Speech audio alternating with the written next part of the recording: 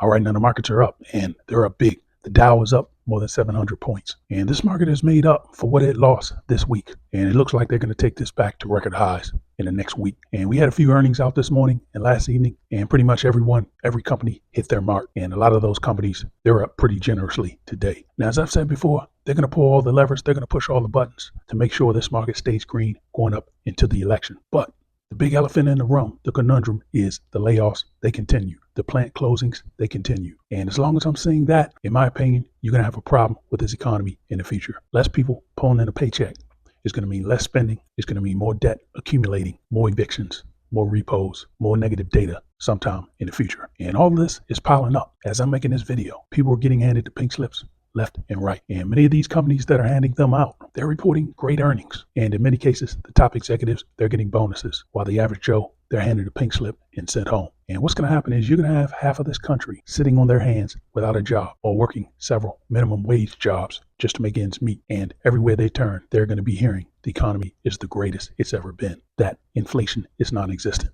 And you're just going to have a lot of people scratching their heads. Now, I saw this same thing in 2007 throughout 2010 in the layoffs that we're having now. It's nowhere near what it was back then. But I've got a feeling it's going to go that way because AI, it's taking a lot of jobs. And this isn't outsourcing where someone who doesn't look like you is getting your job or your job is being replaced somewhere across the planet by another human. These are jobs that are not going to come back. AI is going to take these jobs and they're going to own these jobs forever. And the pool of the jobs that are left for the average Joe, that pool is going to be shrinking. And a lot of these employers, they're going to be able to get good talent while paying less money for that talent. And in my opinion, we're only a few months away from that reckoning beginning. And we had the PCE report come out, and that's the Federal Reserve's key inflation gauge. And that gauge actually rose 2.5% in June. Now, that's below expectations, but that's still up 2.5% year over year. So inflation continues to go up and at a slower pace than economists were estimating. And that's going to give the Fed more fuel to cut rates. And that's why this market's up. Now, one of the troubling numbers with this report is personal savings actually declined 3.4% year over year. And that's what we're saying. We're saying people's savings get depleted as they attempt to try to keep a roof over their head. Now, meanwhile, inflation, it is still growing,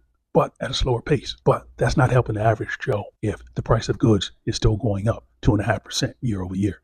So again, we're going to be facing problems months ahead. Now, we also had consumer sentiment, and that metric is stuck at an 8-month low. And as I've said before, this is going to go lower, folks. As more people are getting handed that pink slip, and we come up on the holidays, and those bills, those credit card bills, they start looking squeamish. You're going to see consumer sentiment continue to tank. And once we come out of the holiday period, we're going to be talking about a disaster, a financial, economic disaster. And it's going to be hitting us from all fronts. Now on to commodities, and there's good news. Oil is down again, and we're stuck at $77 a barrel in the month of July, and every being in America should be thanking their lucky stars. And as long as oil stays at this price under $80, that's going to give relief to many Americans at the gas pumps. Now, it's not time to wave the white flag because we're still in hurricane season, and that's all it's going to take is a Category 3 or higher storm go through the Gulf of Mexico and hit Refinery Row, and we're going to be talking about $90 a barrel. And that price jump can happen in a matter of a few days. Now, also agricultural commodities, they've been walloped this week, and that's going to give a lot of comfort to Americans as they go in this grocery store. But a lot of these corporations,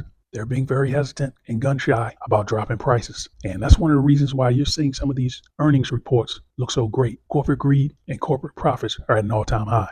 Now, they're not using this money that they're raking in to expand their business and hire more employees. They're using it for bonuses and stock buybacks. And again, the American worker, they're left out in the cold. Now, we're going to have a lot of economic data next week and some more big name companies reporting their earnings. So everyone, have a great weekend. This quick stock market commentary, please like and subscribe.